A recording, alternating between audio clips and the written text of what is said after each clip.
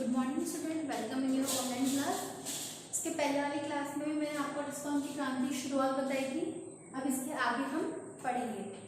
राजस्थान के राज्यों में उत्तराधिकार के संघर्ष और सामंती प्रतिवस्थता के कारण उनकी राजनीतिक स्थिति बहुत कमजोर है। जिस जैसे अंग्रेजों ने अपने यहाँ पे आना स्टार्ट किया, वैसे वैसे यहाँ पे अपनी स्थिति को और कमजोर बनाने लगे। 1791 ईस्वी में अम्बोजी इंगले ने मेवाड़ की महाराणा को सहयोग दिया। फलस्वरूप डूंगरपुर, बांसवाड़ा, प्रतापगढ़ आदि क्षेत्रों पर मेवाड़ के महाराणा का अधिकार हो गया।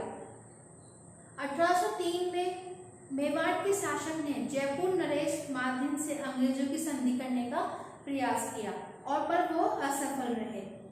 1793 से 1813 ईस्वी के मध्य जोधपुर की अव्यवस्था का मुख्य कारण सामंती प्रतिस्पर्धा, क्योंकि जो 1793 से लेके 1813 के बीच जो जोधपुर राज्य की स्थिति थी, उसका सबसे बड़ा कारण था क्योंकि वहां पे सामंती प्रतिस्पर्धा होने लग गई थी।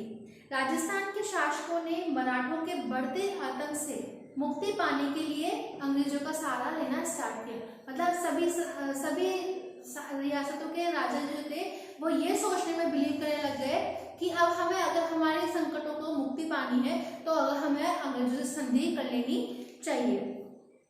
तो राजस्थान की उत्तरी पूर्वी सीमा पर स्थित लासवाड़ी के रण क्षेत्र में सिंधिया को निर्णायक रूप से परास्त कर दिया गया और मराठों की इस पराजय से राजपूत शासकों के लिए मराठों की अधीनता का मुक्ति का प्रदान कर दिया गया।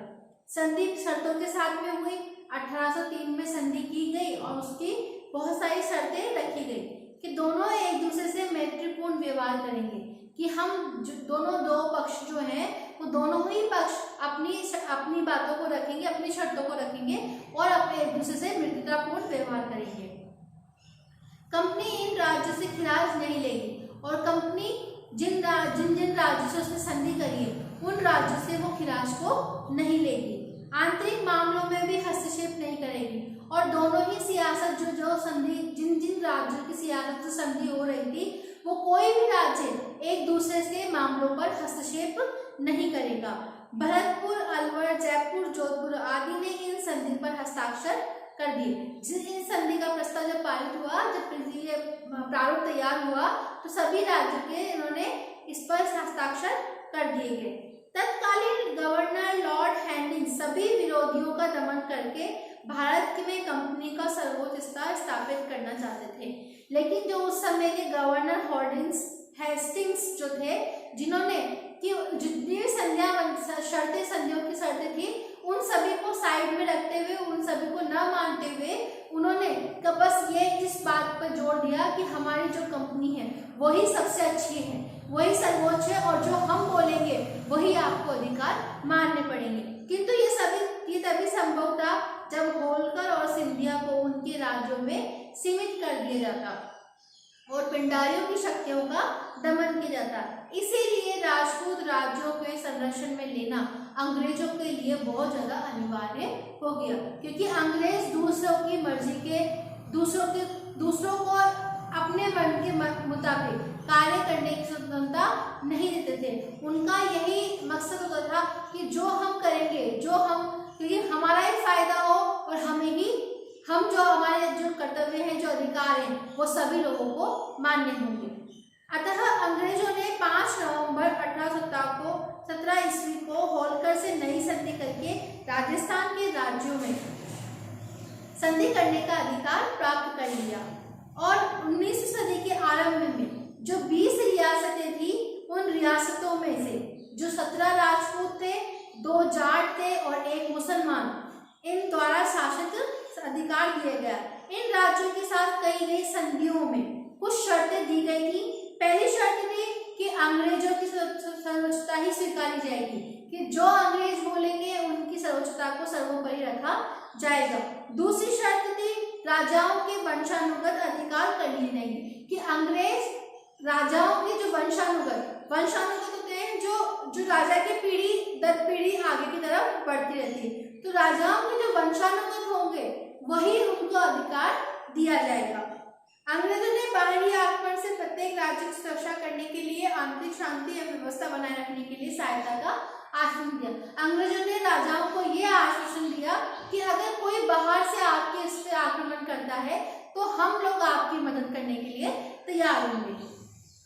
संधि करने वाले प्रत्येक राज्य में एक अंग्रेज पॉलिटिकल एजेंट रखना तय हुआ कि जितने भी राज्य, जो 20 राज्यों पे संधि की गई थी, उन सभी राज्यों में एक पॉलिटिकल एजेंट, जैसे कि अंग्रेजी कंपनी का होता था, तो एक पॉलिटिकल एजेंट नियुक्त किया जाएगा। ब्रिटिश संरक्षण के बदले सियासी शासकों को अपनी विदेश नीति अंग्रेजों पर सौंपनी पड़ी और अपने आप से विवादों को अंग्रेजों की मध्यस्थता हेतु प्रस्तुत करने का वादा करना पड़ा। आवश्यकता पड़ने पर सियासी शासक अपने राज्यों के समस्त सैनिक सारे अंग्रेजों को सुपुर्द कर देंगे और अगर आवश्यकता पड़ी तो जो राजाओं के पास सैनिक थे वो सारे सैनिक अंग्रेजों को देने पड़ेंगे। इन सभी संधियों के बाद यहाँ राज्यों पे बहुत प्रभाव पड़ा।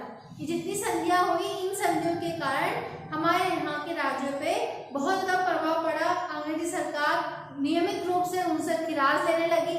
जो संधियाँ बनी थी उन संधियों के अपोजिट वहाँ पर कार्य होने लगे।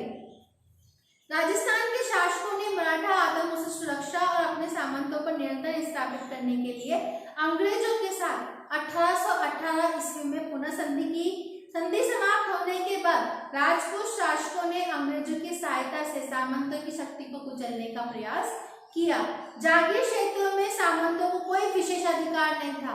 जागीर जो क्षेत्र थे उनमें जागीरों को कोई विशेष अधिकार नहीं दिया गया था, बल्कि उनको ये भी क्षमता नहीं थी कि वो अपने एक स्थान को छोड़कर दूसरे स्थान पर जाकर राज्य कर सके। अंग्रेजों ने डूंगरपुर के शासक जसवंत सिंह की गद्दी से हटाकर प्रतापगढ़ के शासक के पुत्र दलपत सिंह को वहां का नया शासक नियुक्त कर दिया गया और कोटा में अंग्रेजों ने तत्कालीन महाराज किशोर सिंह के विरुद्ध रियासत में फौजदार जालिम सिंह को नियुक्त किया गया। उनके प्रयासों से ब्रिटिश सत्ता के विरुद्ध लोगों में क्रोध की भावना उत्पन्न होने लगी और लोगों में अशांति का भाव उत्पन्न होने लगा। अंग्रेजी सरकार यहाँ के रीति रिवाजों, जो यहाँ की प्रथाएं थी, उनको भी वो विघटित करने लगे, उनको भी वो तोड़ने लगे। तो लोगों में दिन प्रतिदिन अंग्रेजी सरकार के लिए क्रोध उत्पन्न होने लगा, क्योंकि अंग्रेज अपने ही अंतर्गत अपने ही बातों को लोगों तक पहुंचाने के लिए उन पर जबरन तानाशाह दिन प्रतिदिन होते चले गए। आपको यहाँ तक समझ में आ गया होगा। अब अपनी अगली क्लास में नशीराबाद की क्रांति में आगे की तरफ पढ़ेंगे। Have a nice day. Thank you.